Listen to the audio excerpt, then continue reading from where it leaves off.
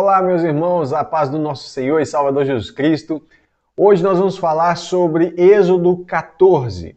Sim, o capítulo 14 de Êxodo vai ser um capítulo oportuno para que eu venha tratar um assunto muito interessante.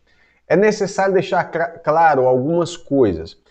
Volta e meia, alguém pergunta sobre quem foi a esposa de Noé. A Bíblia não fala. Então, eu não posso falar com convicção quem foi a esposa de Noé. E as pessoas ficam falando, por exemplo, eu vou falar nesse capítulo porque a Bíblia diz, eu vou mostrar isso agora, nesse vídeo, fica aí que você vai ter grandes, digamos assim, grandes revelações, coisas profundas que não da minha parte, simplesmente, não é uma revelação de Deus direta para mim, vou compartilhar conhecimento de grandes pessoas que vieram antes de mim. Mas, antes, eu queria falar sobre o seguinte. Algumas pessoas têm pegado livros apócrifos e querendo que eu venha aplicar aqui no curso bíblico como se fosse escritura. Veja bem, eu não sou ignorante dos apócrifos, eu tenho uma coleção de livros apócrifos, tá certo? Praticamente todos eles. E o que vai acontecer? Eu não tenho esses livros, eu analiso esses livros para saber justamente o que é que essas pessoas estão dizendo, de onde que elas estão tirando tantas coisas que chegam a ser absurdas. Lembre-se, aqui em cima está escrito aqui, curso bíblico, a base do nosso estudo é a Bíblia, tá certo? Entretanto, eu não vou ignorar todo tipo de conhecimento. Porém, é claro que eu preciso deixar bem claro uma coisa. Livros apócrifos não são considerados Bíblia, então eu não vou usar eles como Bíblia, certo? No máximo, como um livro histórico. Vou dar um exemplo para vocês. Quando nós vamos estudar alguma coisa relativa ao Antigo Testamento, eu vou pegar aqui, por exemplo, Flávio Josefo. Flávio Josefo, como já mostrei em um vídeo passado, ele erra em determinadas coisas, mas, é claro, não é um livro inspirado, é um livro histórico. Por exemplo, Flávio Josefo vai dizer que a Arca de Noé tinha 4 andares. E a Bíblia vai dizer que a Arca de Noé tinha 3 andares. Então, entre a Bíblia e um livro de apoio, um subsídio apenas histórico, né? Flávio Josefo vai ficar para trás. É lógico que a Bíblia diz que é 3 andares, então Flávio Josefo falou que é 4, quem errou foi ele. Tá ok? Porém, é um livro histórico, é um livro importante, então, sempre que necessário, vou usar ele como um subsídio histórico, mas nunca como um fator determinante da verdade, tá bom? A mesma coisa vai acontecer, por exemplo, quando eu precisar de falar do período posterior, narrar alguma coisa aqui sobre o período posterior da igreja, vou ter que usar o quê? A história eclesiástica de Eusébio de Cesareia. Sinceramente, se eu pudesse, eu usaria outro autor, mas nós temos só ele que fez a narrativa, basicamente, desde o período do início da igreja até 340 depois de Cristo. Então, como fonte única em determinados pontos, não tem opção, vou ter que usar ele, principalmente dentro do curso de teologia para narrar algumas coisas. A mesma coisa acontece com o restante da patrística, certo? Nós não usamos esses livros como livros inspirados, ou seja, é claro que não. Inspirado, nós vamos usar aqui, apenas a Bíblia Sagrada. Então, eu estou dizendo isso para que as pessoas não fiquem cobrando que eu venha no curso bíblico, ter que aplicar conceitos apócrifos. É claro que não. Antes disso, eu queria deixar bem claro que Paulo vai falar sobre determinadas coisas e eu vou explicar o motivo. Paulo vai falar assim em 1 Timóteo, capítulo 1, verso 4, o seguinte: quando eu estava de viagem rumo à Macedônia, pedi a você que ainda permanecesse em Éfeso, falando com Timóteo, para admoestar certas pessoas. Paulo estava tendo problema ali. A fim de que não ensinem outra doutrina, nem se ocupem com fábulas. Que fábulas que Paulo estava falando? A gente vai descobrir. E genealogia sem fim. Paulo não está condenando o estudo da genealogia que apontava para Cristo. Paulo está condenando pessoas que usavam genealogia para se dizer mais santo do que outros. Eu sou da tribo de Judá. Eu sou da tribo de Levi. E você é um gentio. Coisas desse tipo. Aí Paulo vai dizer, essas coisas mais promovem discussões do que o serviço de Deus na fé. Aí, nós vemos de novo, E tem gente que adora discussão, debate, mas o serviço na fé mesmo fica infrutífero. 2 Timóteo 4, 3 e 4 diz assim, pois virá o tempo, e esse tempo chegou, em que não suportarão a sã doutrina. Só a Bíblia? Não, a Bíblia não é suficiente. Pelo contrário, se rodearão de mestres segundo as suas próprias cobiças, os seus desejos. Como que sentindo coceira nos ouvidos, eles se recusarão a dar ouvidos à verdade, entregando-se às fábulas. Me dá mais conhecimento? É conhecimento oculto? Me dá mais. É revelação de fora? É, me dá mais. Não está na Bíblia? É extra bíblico? Que chique, me dá aí. É assim. Aí Pedro vai falar em 2 Pedro 1,16, porque não lhe demos a conhecer o poder e a vinda do nosso Senhor Jesus Cristo, seguindo fábulas engenhosamente inventadas. Parece até verdade, até parece com a Bíblia. Se você comparar, você fala assim, gente, olha aqui, isso aqui está na Bíblia. É claro, tiraram da Bíblia, colocar ali. Fábulas engenhosamente inventadas. Ah, não, mas isso não tem capacidade um ser humano escrever isso se não for inspirado. Ah, só se você for muito péssimo de leitura. Se você não conhecer muito leituras. Tem tanta leitura maravilhosa que você fala assim, que coisa maravilhosa. Leituras antigas, que eu estou dizendo, leituras antigas muito boas. E Pedro vai falar fábulas engenhosamente inventadas, mas nós mesmo fomos testemunhas oculares de sua majestade. E agora Paulo vai falar a Tito, capítulo 1, verso 13 e 14. Este testemunho é verdadeiro, portanto, repreenda-os severamente. Para quê? Qual o propósito? Para humilhar? Não. Para que sejam sadios na fé. E, Tito capítulo 1, verso 13 e 14. E não se ocupem com fábulas judaicas. Por que Paulo é tão detestado? Já parou para pensar? Em Atos é dito que ele tinha apostatado de Moisés, porque ele tinha se convertido a Cristo.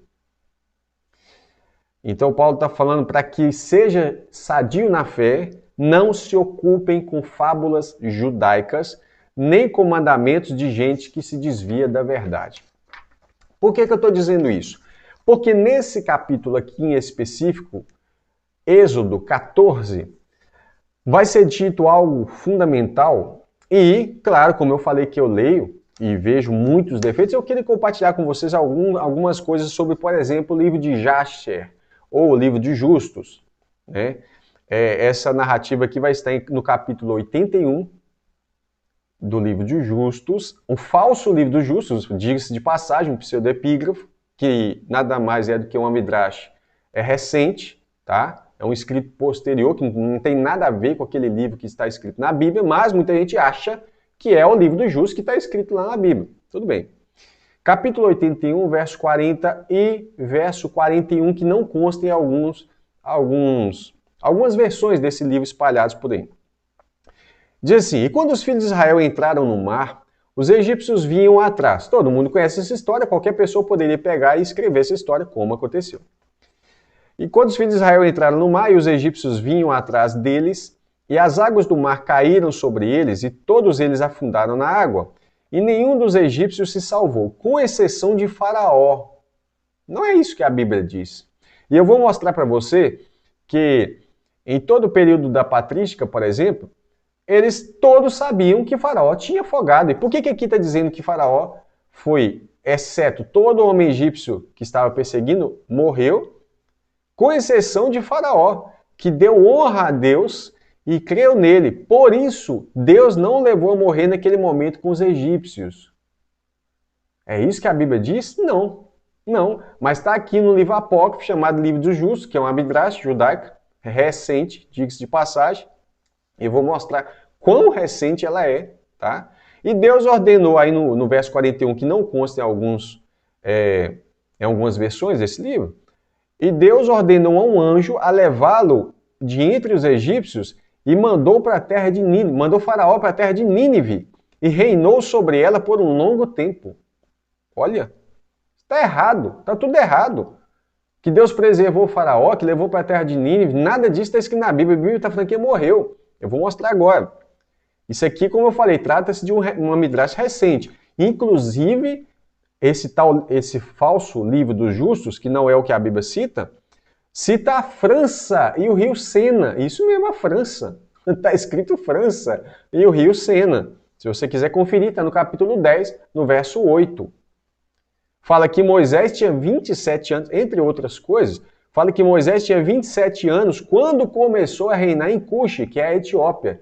27 anos, está errado. Olha lá, Atos, capítulo 7, verso 23 e 24. Como assim? Entre várias coisas, né?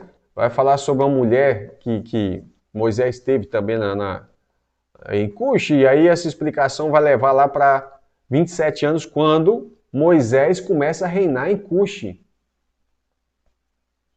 Um conselheiro de Faraó, aqui nesse livro, chamado Jó, da terra de Uz, vai lá para Jó capítulo 1, verso 1, que você vai ver. Jó, da terra de Uz, aconselhou o rei do Egito a matar os filhos dos hebreus. Foi ele, esse Jó, da terra de Uz, que fala com o Faraó, olha, mata esses meninos. Aí Moisés vai correr risco de ser morto na água. Aí você vai ver isso no capítulo 66, do verso 15 ao 22.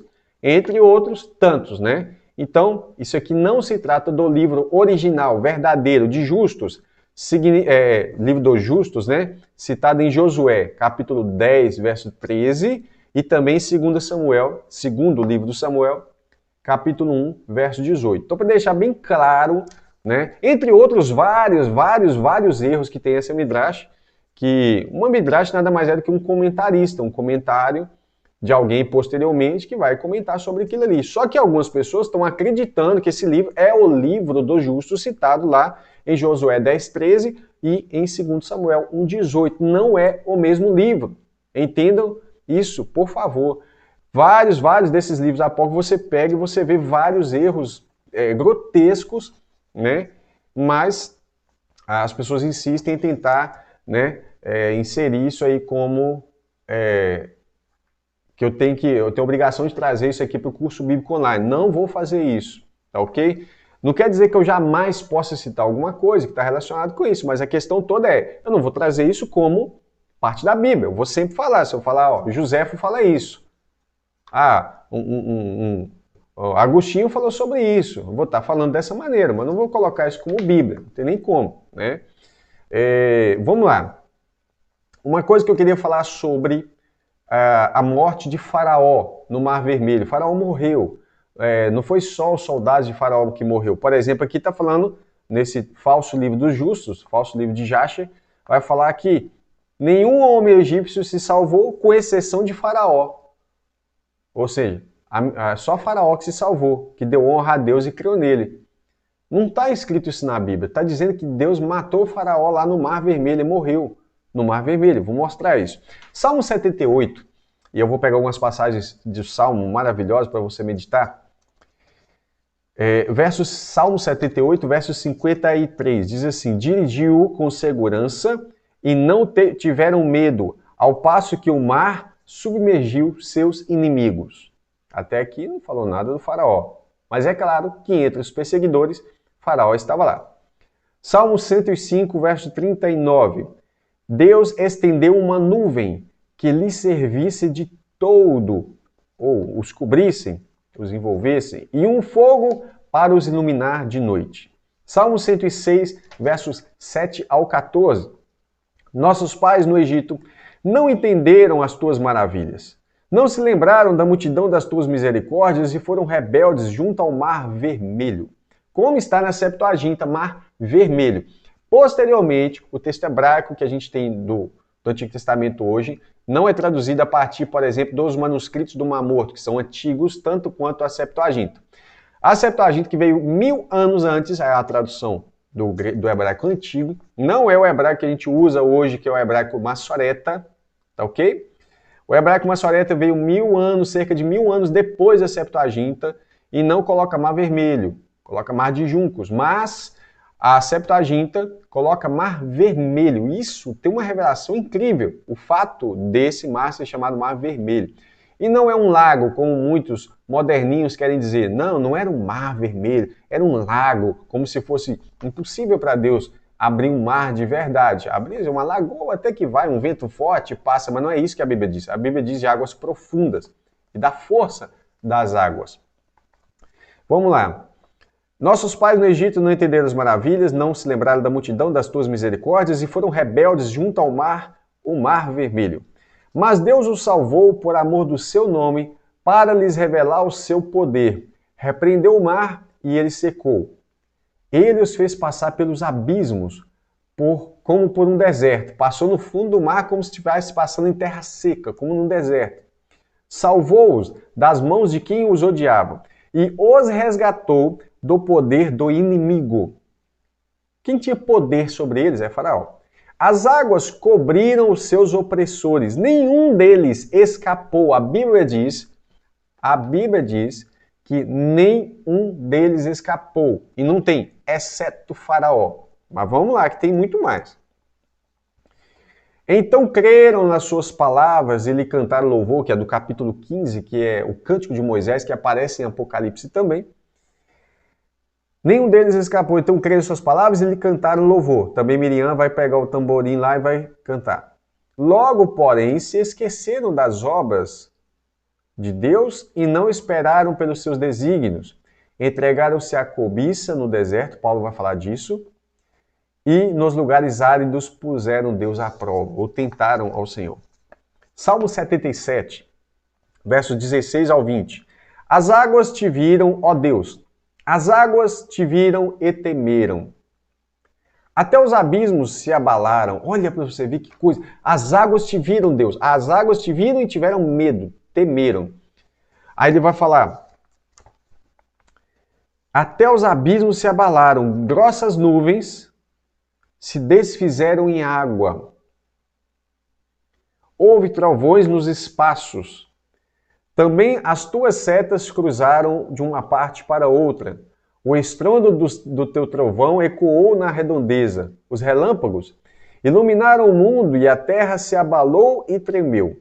O teu caminho foi pelo mar. As tuas veredas passaram pelas grandes águas. Isso não é um laguinho, uma lagoinha lá no Egito. Isso é o mar, pelas grandes águas.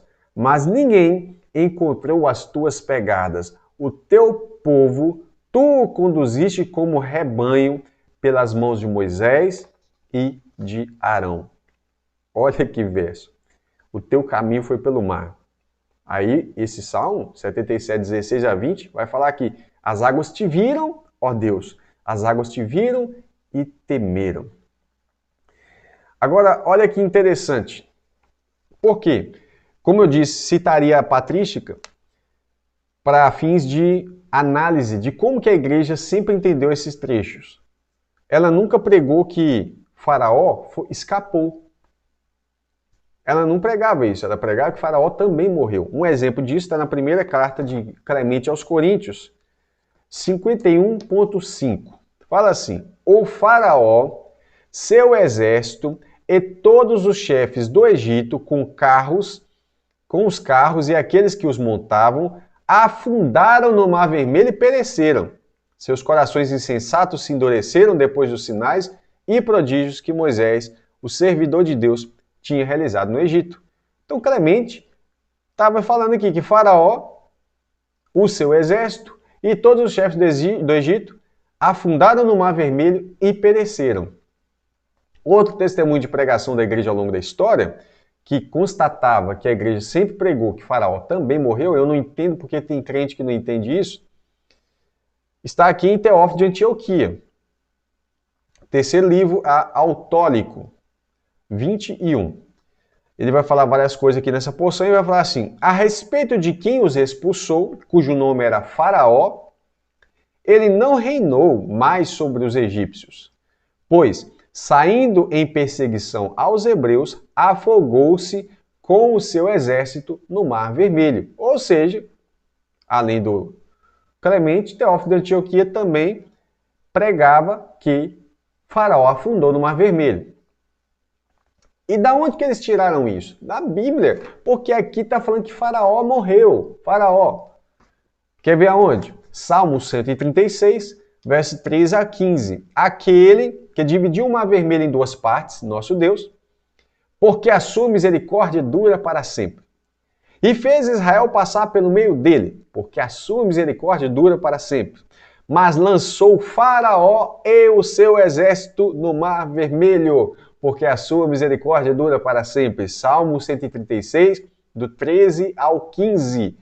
É aqui que está falando que Faraó morreu. E é daqui que eles tiraram a ideia de que Faraó, junto com seu exército, morreram no Mar Vermelho. Tá ok? Vou repetir, Salmo 136, do 13 a 15, vai falar: mas lançou o Faraó e o seu exército no Mar Vermelho. Agora, o que eu acho mais interessante dessa porção é que Hebreus capítulo 11, verso 29, vai dizer que a travessia no Mar Vermelho foi pela fé. Quando Deus fala com Moisés, Moisés, por que você está clamando a mim? Se você ler ali no verso 15, parece, de Hebreus 14, o Senhor vai questionar Moisés. Você vai falar assim, mas por quê? Eu não vi Moisés questionando ao Senhor. Quer ver? Isso, no verso 15. Por que você está clamando a mim? Você vai entender que Moisés estava entre aqueles que estavam clamando no verso 10. E aí o povo, apesar de Moisés estar clamando também, o povo vira para Moisés e fala assim: Moisés, né? Você tirou a gente de lá para a gente morrer no Egito? Então o Senhor fala: Moisés, por que você está clamando a mim? Diz que esse povo que marche. Né? E o povo então vai marchar pela fé. Pela fé. E aí em Hebreus 11, 29 diz assim: pela fé. Inclusive, esse texto é parte da introdução do meu livro da Páscoa. Pela fé, os israelitas atravessaram o Mar Vermelho como por terra seca. Quando os egípcios tentaram fazer o mesmo, foram engolidos pelo mar. Olha que interessante. Há um texto semelhante em Neemias, capítulo 9, verso 9 ao 12. Diz assim: viste a aflição dos nossos pais no Egito, e ouviste o clamor deles junto ao Mar Vermelho. Fizeste sinais e maravilhas contra Faraó e os seus servos, e contra todo o povo da sua terra, porque soubeste que os tratavam com arrogância, e assim adquiriste a fama de que tens até hoje. Dividiste o mar diante deles, olha as ações de Deus, de modo que o atravessaram em terra seca, não ficou nem um pouquinho d'água. Alguns, não aceitando os milagres de Deus, eles simplesmente vão dizer que não é terra seca, é porque a água baixou a um nível que eles vão falar que não era o Mar Vermelho, né? Era uma lagoa, então aquele lago abaixou por causa do vento e o povo conseguiu passar, porque isso acontece com uma certa frequência, mas não, a Bíblia fala que passaram em terra seca. Neemias 9, do 9 ao 12. Aí vai falar assim: dividiste o mar diante deles de maneira que atravessaram em terra seca. Lançaste os seus perseguidores nas profundezas, como uma pedra nas águas impetuosas. Profundezas de uma lagoa, não existe profundezas de uma lagoa, é do mar mesmo. Tu os guiaste durante o dia com uma coluna de nuvem e durante a noite com uma coluna de fogo, para iluminar o caminho por onde deviam seguir. Neemias 9, do 19 ao 20, mesmo capítulo, né? Agora do 19 ao 20. Mas tu, pela multidão das tuas misericórdias que dura para sempre, não os abandonaste no deserto. A coluna de nuvem nunca se afastou deles. Isso vai estar escrito no finalzinho do capítulo 14 de Êxodo. Nunca se afastou deles durante o dia para os guiar. O que é guiar? Guiar é ensinar o caminho, certo? Ensinar o caminho é ensinar. Então a nuvem nunca se afastou deles para os guiar, para os ensinar pelo caminho. Guarda isso. Nem a coluna de fogo durante a noite para os iluminar no caminho onde deviam seguir. E lhes concedeste o teu bom espírito para os ensinar. Não lhe negaste o teu maná para poderem comer, e lhes deste água quando tiveram sede. Eu queria compartilhar aqui um comentário de Orígenes. Claro, como eu disse, nem Orígenes, nem Clemente, nem Teófilo de Antioquia são escritura. Vamos analisar aqui, e aí você julga se você acha legal. Salmo 78, versos 1 e 2, vai estar escrito assim: meu povo, ele vai citar isso, escute a minha lei, dê ouvido às palavras da minha boca. Essa semana teve alguém que falou assim no canal assim, que eu estava levando o povo de volta para a lei, que eu tinha que sair do Antigo Testamento, que a gente ainda está em Êxodo nesse momento, né? E fizemos o Gênesis, fizemos o Êxodo, mas nós já fizemos estudo de Apocalipse também, né? E vários outros estudos. Mas enfim, que eu deveria sair do Antigo Testamento e ir para o tempo da graça, e que eu deveria ir para o Novo Testamento. Alguns outros acham que deveria estudar só Apocalipse, porque nós estamos no tempo do fim. Enfim, a ideia de que há uma disparidade entre o Antigo e o Novo Testamento é por desconhecer a palavra de Deus. Né? Paulo vai falar que tudo que foi escrito antes foi escrito para o nosso ensino.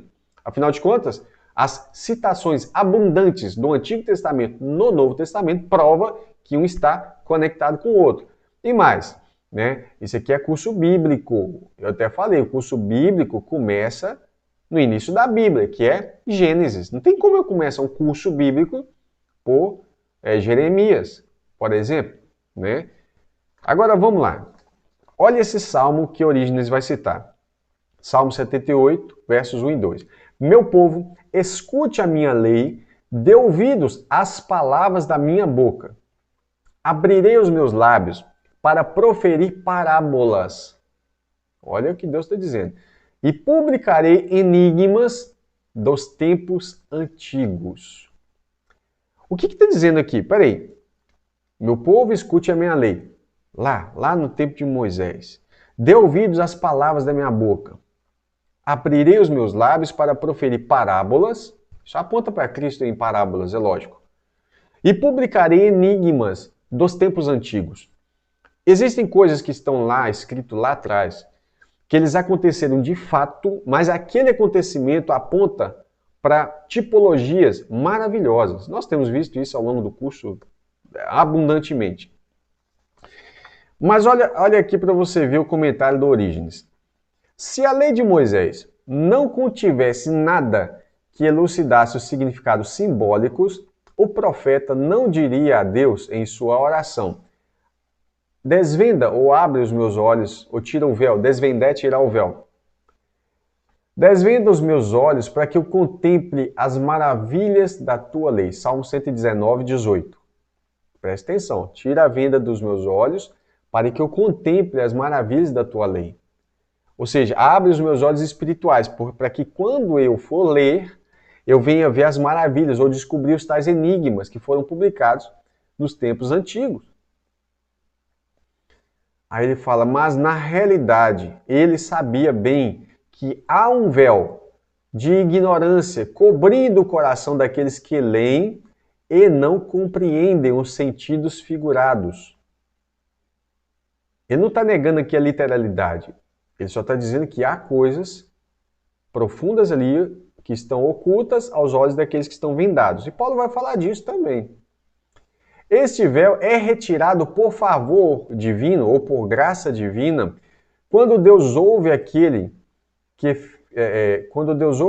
fez tudo o que pôde, que se acostumou a exercer suas faculdades, em distinguir o bem e o mal e constantemente diz em sua oração: tira o véu dos meus olhos, para que eu possa contemplar as maravilhas que vêm da tua lei.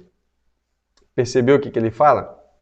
Ele vai falar assim que isso é tirado pela graça divina quando nós estamos exercitando a nossa mente em buscar as coisas profundas. É como se estivesse falando assim, alguém passa a leitura e lê assim, e tem pessoas que falam assim, eu já li a Bíblia 5 vezes, eu já vi isso, a pessoa falar isso. Aí você fala assim, já leu a Bíblia 5 vezes? E o que você entendeu? A pessoa fala assim, nada. Então veja bem, se a pessoa não exercitar, meditar na lei do Senhor dia e noite, não é apenas ler, não é uma leitura rápida, meditar, ter prazer na lei do Senhor.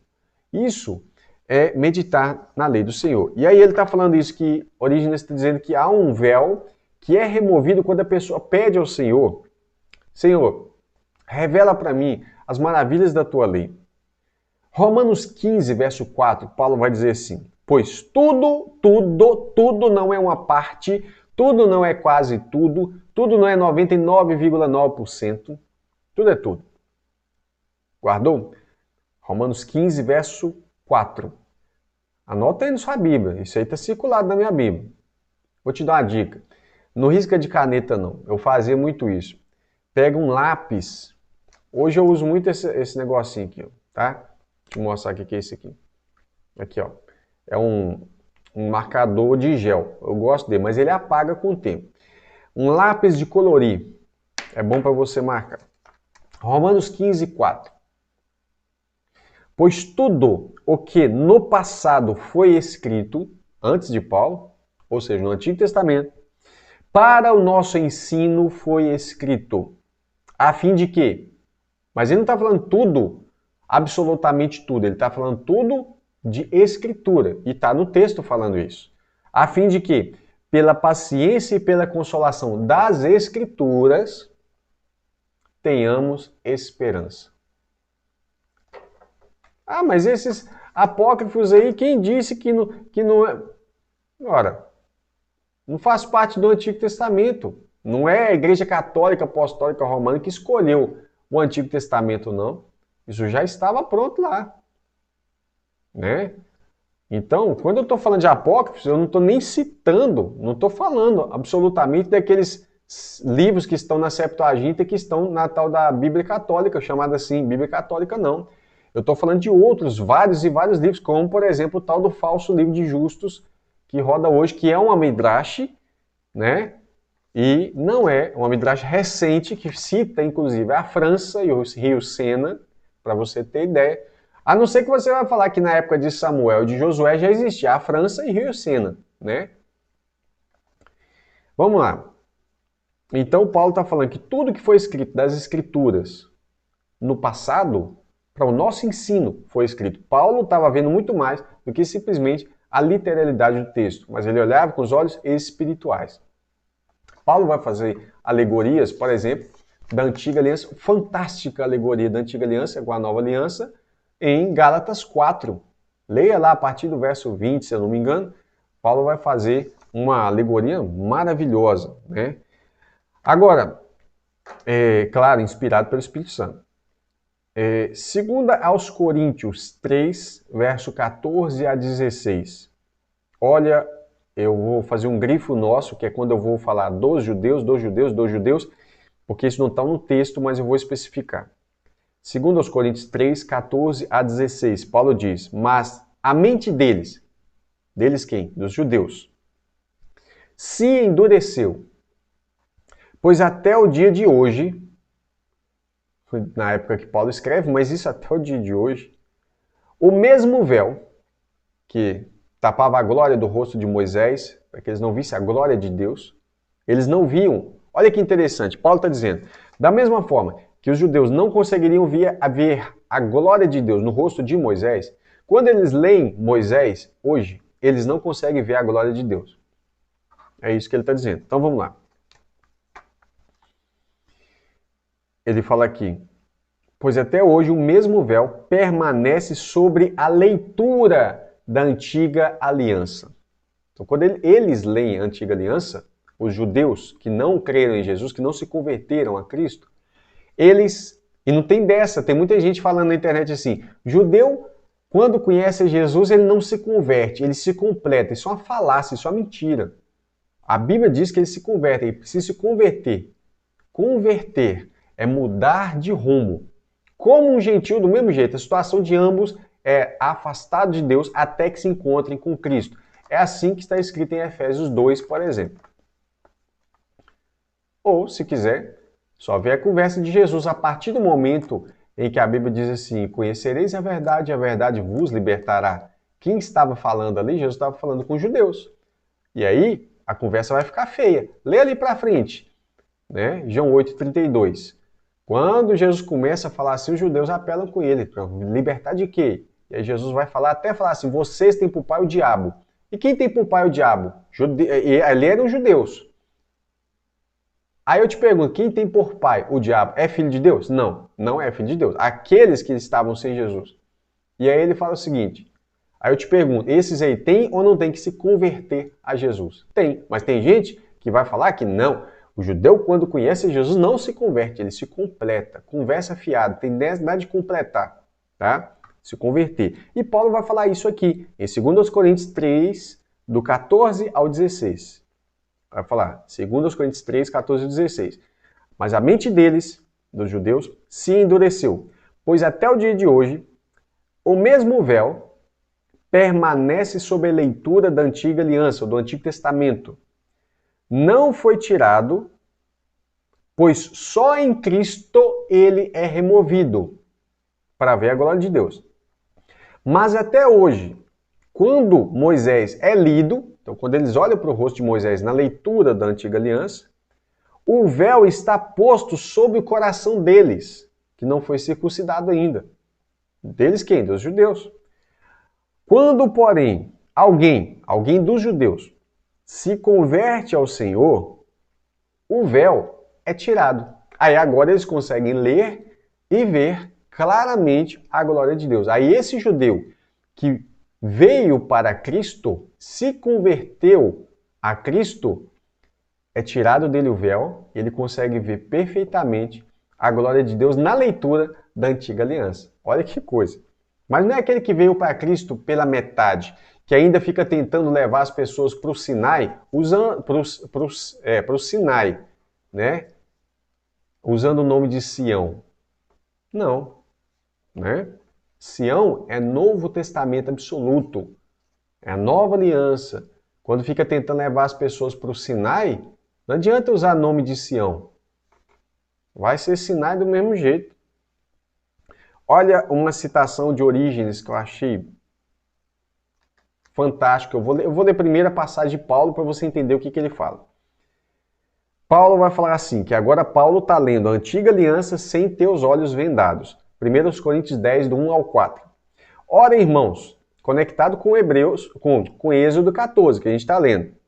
Ora, irmãos, não quero que vocês ignorem que os nossos pais ou os antepassados estiveram todos sob a nuvem e todos passaram pelo mar. E todos foram batizados tanto na nuvem como no mar. O que seria batizado na nuvem e batizado no mar? O que Paulo quer dizer com isso?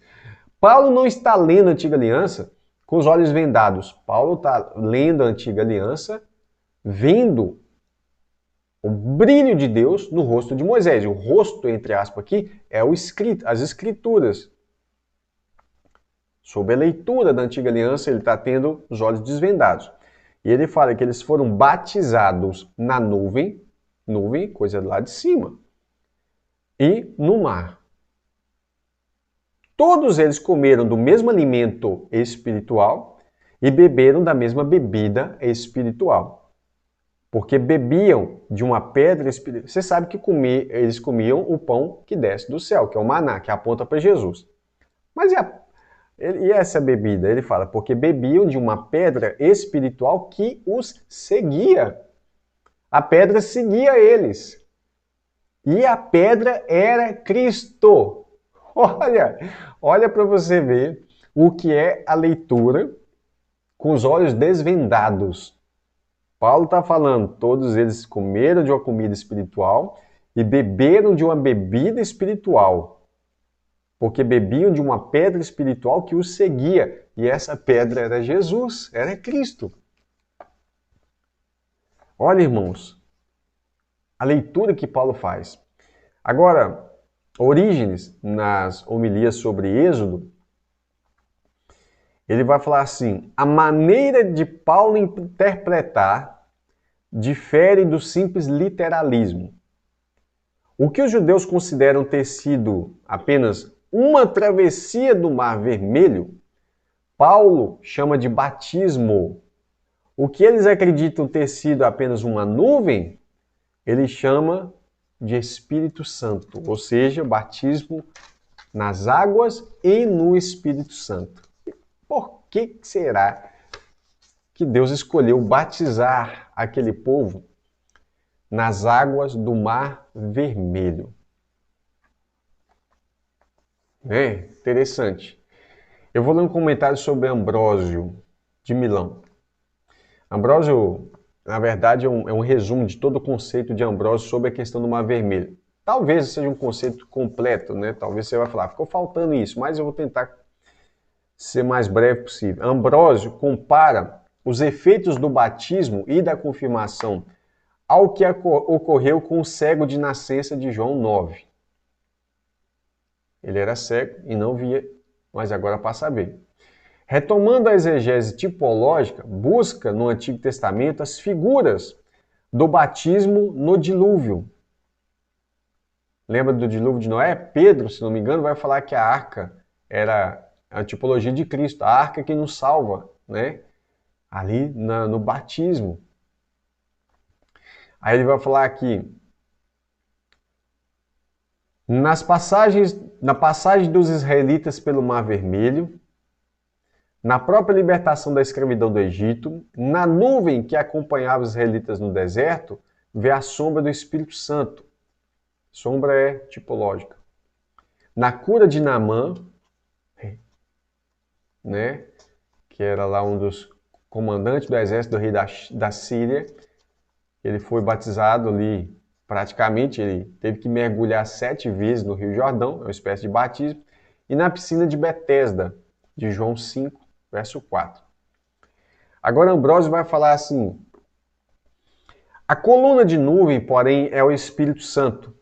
O povo estava no mar, a coluna de luz o precedia, atrás seguia a coluna de nuvem como sombra do Espírito Santo. Vês, portanto, como demonstramos o tipo do batismo pelo Espírito Santo e pela água. Ambrósio também vai falar o seguinte, olha que coisa chique que ele fala. Eliseu invocou o nome do Senhor e o ferro do machado que havia afundado veio à tona. Está lá em 2 Reis 6, né, versos 5 e 6. O ferro do machado que havia afundado veio à tona. Olha que aplicação interessante. Você lembra lá que os filhos dos profetas lá, Eliseu tinha uma escola de profetas, né? Então, um deles vai lá, vai tirar uma madeira, o ferro do machado solta e cai na água. Ele fala, ai, Senhor meu, o machado era emprestado. O ferro do machado afundou e veio à tona. Aí ele fala, eis outro tipo do batismo. Afundou o machado e depois ele vai flutuar. Por quê? Porque todo homem, antes do batismo, é puxado e afundado como ferro, por causa do pecado. Depois de ser batizado, não é como um ferro, mas erguido como uma espécie mais leve de árvore frutífera. Portanto, existe aqui outra figura. A madeira era cortada com o machado. Saiu o cabo do machado, isso é, o machado caiu na água. O filho do profeta não soube o que fazer. A única coisa que ele soube foi dirigir-se ao profeta Eliseu e pedir uma solução. Então ele pôs a madeira e o ferro foi retirado. Então só quando Eliseu lança a madeira na água, aí o ferro é retirado. Vês, portanto, que a enfermidade de todos os homens é tirada através da madeira da cruz de Cristo. Eu achei isso muito chique. Eu falei assim, eu vou compartilhar com os irmãos. Tem mais. Tem mais. Tá terminando. Eu sei que você tá com pressa, mas segura aí que tem muita coisa legalzinha. Olha aí.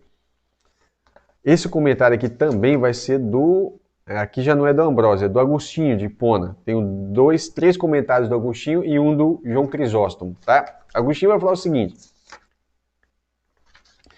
O povo é libertado dos egípcios por meio de Moisés, falando sobre o Mar Vermelho, que é o que nós estamos falando aqui. O povo cristão é libertado da sua vida passada de pecados através do nosso Senhor Jesus Cristo. Aquele povo atravessou o Mar Vermelho. O povo cristão passou pelo batismo. De novo, agora Agostinho também está conectando o batismo com o Mar Vermelho. No Mar Vermelho morreram todos os nossos inimigos. Aliás, todos os inimigos daquele povo. Morrem no batismo todos os nossos pecados, que são os nossos inimigos. No Mar Vermelho, aí ele fala, atenção, irmãos. Após a passagem do Mar Vermelho, Não foi dado àquele povo imediatamente uma pátria. Nem ele triunfa seguramente como seus inimigos tivessem desaparecido. Mas restava ainda a solidão do deserto e havia inimigos traiçoeiros no caminho. De igual maneira, após o batismo, a vida cristã ainda deve passar no meio das tentações. Naquele deserto, os hebreus suspiravam pela pátria prometida. Os cristãos, depois de purificados pelo batismo, aspiram por coisas diferentes? Porventura, já reinam com Cristo? Essa pergunta de Agostinho é fantástica. Deixa eu sublinhar ela aqui. Porque, embora pela fé nós já temos o reino dentro de nós, e aí são os dois aspectos do reino, que eu já falei sobre isso nos estudos sobre o milênio. Uma coisa é o reino em nós, outra coisa é o reino através de nós. E aí Agostinho pergunta, por acaso já reinam com Cristo? A resposta é um grande não. Ainda não chegamos à nossa terra da promissão, mas esta não desaparecerá, pois lá não terminarão os hinos de Davi, os salmos, os cânticos de glória. Agora ouçam todos os fiéis. Tenham conhecimento de onde estão. Estão no deserto e anelam pela pátria. No batismo, morrem os inimigos que perseguiam pelas costas. Olha que chique. Por que pelas costas? Temos diante de nós os bens futuros, que Paulo fala. E atrás, os fatos passados. Todos os pecados do passado foram apagados no batismo. Só deixar um detalhe aqui, tá? Na Bíblia, você pode pesquisar em Atos, a Bíblia de capa a capa ali, quando se fala sobre a questão do batismo. O batismo você pode pesquisar, o batismo ele era aplicado imediatamente após a conversão. A única exceção foi Paulo, que teve que esperar Ananias chegar até ele, parece que demorou uns 3 dias. O resto, todos foram batizados, inclusive aquele guarda que estava lá quando Paulo e Silas estavam na prisão, né? Que o guarda queria se matar, pensando que todos os prisioneiros tinham fugido. Paulo fala, não, estamos todos aqui.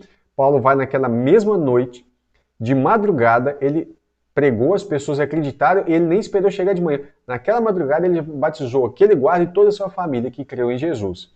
Então era assim, na Bíblia, creu, batizava, tá certo? Ah, mas a gente não sabe lidar com isso hoje. É diferente, eu estou explicando o contexto de como que eles estão falando sobre o batismo. Por que ele está falando de batismo e perdão de pecado, como Pedro fala também em Atos? Porque no ato do arrependimento, da confissão da fé em Cristo, era realizado o batismo. Não tinha um curso preparatório de batismo, tá bom? Pode ser novidade para muitos, mas é assim que está escrito na Bíblia. Vamos lá. Aí ele vai falar, por que estávamos sendo perseguidos pelas costas, né? Porque à frente a gente tinha as promessas, a gente tem as promessas dos bens futuros, como os israelitas tinham também, promessas de bens futuros para eles eram a terra prometida. E a nova aliança, como a Bíblia fala em Hebreus, está firmada sob maiores promessas, né? E aí ele fala o seguinte, todos os pecados, atrás os inimigos, os pecados passados. Todos os pecados passados foram apagados no batismo. Nossas tentações não nos perseguem pelas costas, mas constituem ciladas no caminho. As tentações são olha que figura, irmãos. As serpentes que estão pelo caminho. Lembra das serpentes? E as serpentes vinham, picavam o povo, e aqueles que olhassem para Cristo, que estava tipificado na serpente que foi erguida no deserto, então era salvo. Que coisa! Aí ele fala assim, eu poderia pegar tudo isso aqui que eu vou ler para vocês ainda, e vir para cá para o canal e falar aqui e falar assim, como se fosse uma grande revelação e deixar isso para lá, para você ia ficar falando assim, poxa vida, o pastor Felipe tem uma revelação tão grande, né? Mas eu estou mostrando para vocês que os homens do passado tiveram revelações também. Eles não tinham canal no YouTube para expor as suas ideias. Então eles escreveram livros. Não adianta eu ficar falando de livros de homens e fazer um canal de homens. Entende? Por quê? Eu falo isso porque a gente tem que ter essa mente madura e entender que tudo que ele escreveu é 100% inspirado? Não. Tudo que eu falar é 100% inspirado? Não. Você tem que analisar tudo, né? Mas vamos lá que tem mais coisa aqui que eu fiquei impressionado com isso. Eu nem quis dormir agora. Eu ia dormir agora. Já deu 2h10 da manhã. Eu falei assim, não, vou gravar isso aqui que tá fresquinho, que eu tô apaixonado com isso aqui. Com essas considerações que eu achei importantíssimas. Aí ele vai falar, guarda aí. Os inimigos do passado morreram no Mar Vermelho, ou seja, no batismo, seu pecado passado foi apagado. Mas as tentações futuras estão no deserto nos aguardando. Foi picado pela tentação? Olha para o autor e consumador da nossa fé. Olha para Cristo, que estava lá tipificado na serpente, que foi erguida por Moisés, como está escrito em João. Aí ele vai falar assim, nossas tentações não nos seguem pelas costas, mas constituem ciladas no caminho. Daí provém as palavras do apóstolo Paulo, quando ainda se achava caminhando pelo deserto. Olha que palavra de Paulo, Filipenses 3, 13 e 14. Esquecendo-me das coisas que ficam para trás e avançando para o que está diante de mim, prossigo para o alvo, para o prêmio do alto, da vocação do alto que vem de Deus. Bem conectado. Parece asseverar, para o alto, para a pátria que Deus prometeu. Tudo aquilo que sofreu, porque a nossa pátria está no céu, lembra? A Nova Jerusalém que desce do céu, ela está no alto. Tudo aquilo que sofreu, irmãos, o povo hebreu no deserto e todos os dons que Deus lhe concedeu, todos os castigos e todos os presentes, são figuras de tudo que, na solidão dessa vida, enquanto caminhamos com Cristo, à busca de nossa pátria, recebemos de consolo e sofremos para a provação nossa. Não é, portanto, de admirar que tenha perecido a figura de eventos futuros, pois o povo foi conduzido à pátria da promissão, da promessa. Essa deveria perdurar para sempre? Se assim fosse, não seria uma figura, mas realidade. Como, porém, se tratava de uma figura, o povo foi conduzido a um lugar provisório. Se era temporário, o lugar onde fora conduzido havia de perecer e esta ruína impeliria à procura de um lugar que nunca desaparecesse. Outro comentário dele vai ser assim, olha que coisa. Testemunho que foi estabelecido em José. Ele está continuando o assunto.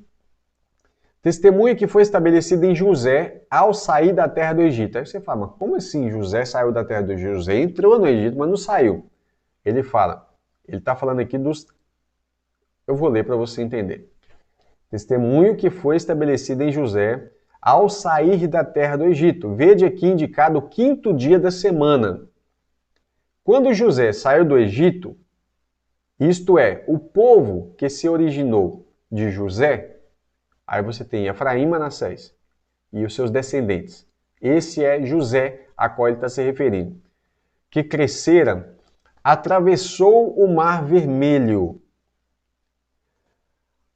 E então as águas produziram seres vivos que se arrastam. Então, quando eles passam o Mar Vermelho, as águas produzem seres vivos. E ele está tipificando isso aqui em Gênesis 1:20, que fala que as águas produzem o mar, e aí vai falar sobre os homens, também na criação e tudo mais. A passagem do povo pelo mar nada mais figurava que o trânsito dos fiéis pelo batismo. O apóstolo aqui, Paulo, o atesta. Não quero que ignoreis, irmãos, que os nossos pais estiveram todos sob a nuvem e todos atravessaram o mar, aquela passagem. Na nuvem e no mar foram todos batizados em Moisés. A passagem pelo mar, portanto, não significava outra coisa senão o batismo. A perseguição dos egípcios não indicava outra coisa a não ser a abundância dos pecados no passado. Observai, pois, e aí, os israelitas desejarem voltar para o Egito significa o crente que está desejando voltar à vida de pecado. Aí ele fala, observais, pois, as evidentes, né? Evidentes sacramentos. Os sacramentos evidentes. Os egípcios oprimem, os pecados oprimem, insistem, os pecados constringem, mas somente até junto das águas. Por que temes, então, tu que ainda não vieste?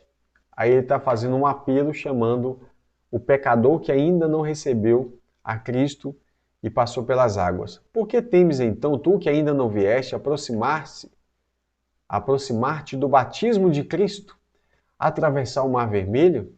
Que é vermelho? Por que Mar Vermelho? O sangue consagrado do Senhor. Por que receais vir? Por que tem medo de vir? Talvez acusa-te a consciência de pecados enormes e atormenta-te o espírito, o seu próprio espírito, né? Dizendo-te que é tão grande o que cometeste que deves perder a esperança do perdão. Podes ter medo de que reste ainda algum pecado, se escapou algum egípcio com vida, quando tiveres atravessado o Mar Vermelho, quando fores retirado do meio dos teus pecados, por mão poderosa e braço forte, hás de perceber os mistérios que não conhecias. Mais um comentário ainda do Agostinho, e aí eu vou para o último aqui do... Aliás, tem um de Orígenes ainda, eu de João Crisóstomo, mas é tudo pequenininho. Agostinho vai falar, e salvou-os das mãos daqueles que o odiavam, e redimiu-os do poder do inimigo. Que preço foi pago por essa redenção? Seria uma profecia, figura do batismo, onde somos redimidos do poder do diabo por um grande preço, o sangue de Cristo? Por isso o batismo não foi figurado por um mar qualquer, mas pelo Mar Vermelho, pois o sangue é vermelho. E é por isso que muitos dos liberais tentam tirar Mar Vermelho. Alguns chegam a comentar que os 70 lá que traduziram a Septuaginta para o grego, que colocaram Mar Vermelho, erraram na sua tradução. Não, tinha que ser Mar de Juncos e que etc e tal, que eles erraram. Eles não erraram na tradução. É porque Satanás odeia a figura do Mar Vermelho, porque o vermelho aponta nitidamente para o sangue do Cordeiro. Orígenes, no seu livro Contra Celso, livro 4, porção 34, ele vai falar: mas de fato, o Deus de Israel, o Deus dos hebreus, o Deus que precipitou no Mar Vermelho o rei do Egito e os egípcios. Orígenes também pregava, como os outros, que Faraó morreu no Mar Vermelho. E João Crisóstomo fala que quando ele estivesse tratando de coisas espirituais, aquilo que é literal, ele vai falar não do Mar Vermelho, mas do batismo, cheio de inúmeros bens, e onde o velho homem foi afogado. Que coisa linda! Olha, ele pega a figura dos pecados que aliás, os inimigos de Israel, que são os egípcios ali, que estavam perseguindo essa figura que foi usada até então como os pecados que correm atrás do novo, né? E aí eles são afogados ali no Mar Vermelho, nas águas do batismo. Agora ele fala que naquele momento ali, o velho homem é afogado. É por isso que todas as vezes que nós vamos tratar de batismo, você vê sempre alguém falando sobre morte e ressurreição, né? Por quê? Porque em toda a história da igreja, desde o início, e aí você pega a Didaquê para você ler, falar sobre essas coisas, sobre batismo e sobre a ceia, que é muito importante, que você vai ver lá um documento da época apostólica, falando sobre essas duas ordenanças de uma maneira brilhante. Então eu achei por bem compartilhar isso. Eu sei que o vídeo deve ter ficado enorme, mas eu sei que foi de uma utilidade muito grande. Eu queria reforçar para os irmãos que toda vez que eu fizer uma citação da patrística ou qualquer outro documento antigo, seja ele de Eusébio de Cesareia, que é a história eclesiástica, que é a história da igreja, seja ele de Flávio Josefo, que é a história dos hebreus, ou qualquer outra fonte, eu vou citar aquilo que está de acordo com as escrituras, mas nunca como um conteúdo inspirado. Fechou? Deus abençoe vocês, um forte abraço, e aí a gente vai então para o estudo de Êxodo 14, já tendo vocês essa base de que Faraó morreu no Mar Vermelho. Deus te abençoe, e eu vou deixar aqui onde que está escrito exatamente que Faraó morreu no Mar Vermelho, Salmo 136, versos 13 ao 15. Forte abraço, Deus te abençoe.